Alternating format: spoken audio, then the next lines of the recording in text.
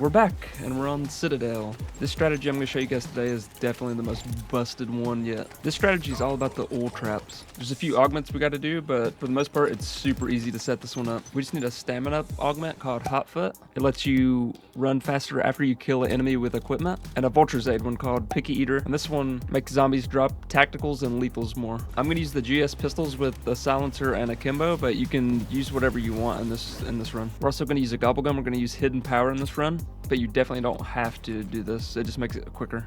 Okay, we're gonna spawn in, pop our Hidden Power, and then turn on the Rampage Inducer.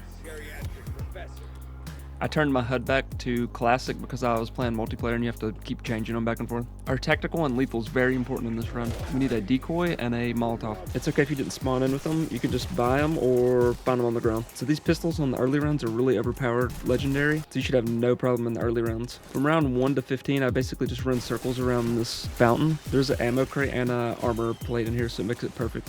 I would also put an ammo mod on your gun in these early rounds. These big guys spawn in at round 13, but it shouldn't be that big of a deal if you have your gun legendary. You can also throw a decoy to get the other zombies away from him.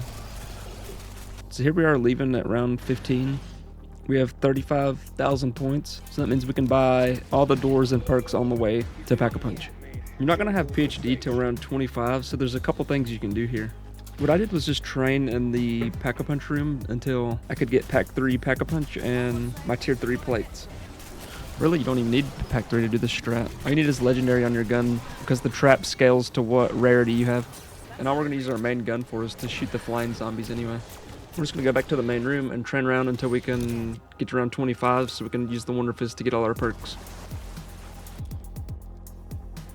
Okay, so now what we've all been waiting for, the actual trap part. I guess this would work earlier in early rounds if you had a molly, but you don't have the Vulture's Aid perk to refill them. You just want to start the trap at the start of each round and then throw your molly in the ult part. Make sure you have your pistols out at all times because the trap does scale to the rarity of your gun.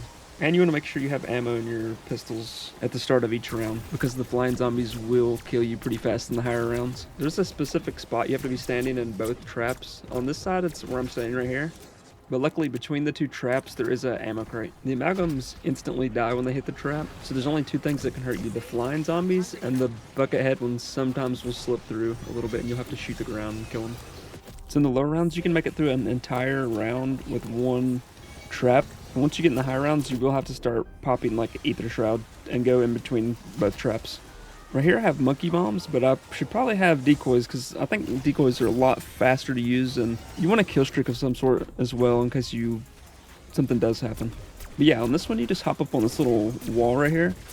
And the only thing you really have to shoot are the flying ones. If you're going to do a really high round like 999 run, this is definitely the way I would do it.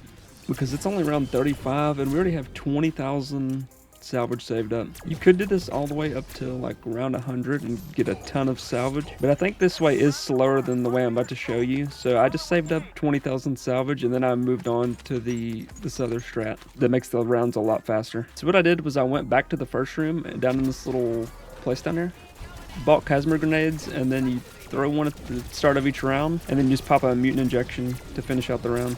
And then you'll see it took me well under 2 hours to do this. And you also don't even lose that much salvage in here. Because you have the Casmer grenades, sometimes the elite zombies will drop kill streaks. It also makes bug rounds a lot faster because you can just come sit in this corner and it's really close by. On bug rounds, I usually just throw fire right here at the bottom of these stairs and then shoot the flying ones. So after I hit round 100, I came back to the old strategy spot. And as you're going to see, we have to start popping our Ether Shroud. So you'll just wait till the trap is over, and then once the zombies start running at you, you just pop your Ether Shroud and go to the other trap and start it. Don't forget to collect your salvage though, because it will despawn pretty fast. If you're doing a high round strategy, I would just save up like 100,000 salvage doing the traps, and then I would go back to that little room and just spam mutant injections for as long as you can. Here's the end of the game. We got to 107 and I just saved and quit, but you can see the match time right there, just over 2 hours for 107, and we got a ton of XP. This would also be a good way to get that Dark Ops calling card one for 1,000,000 kills. I'm pretty sure the trap does count towards that, but I will have to test that. Unless one of you guys know, maybe you could comment down below or something. Yeah, that's it. If I missed anything, I'll put it in the description. And the support on these videos has been insane. You guys are awesome. you guys could like and sub, I would really appreciate it. And I'll see you guys next time. See ya.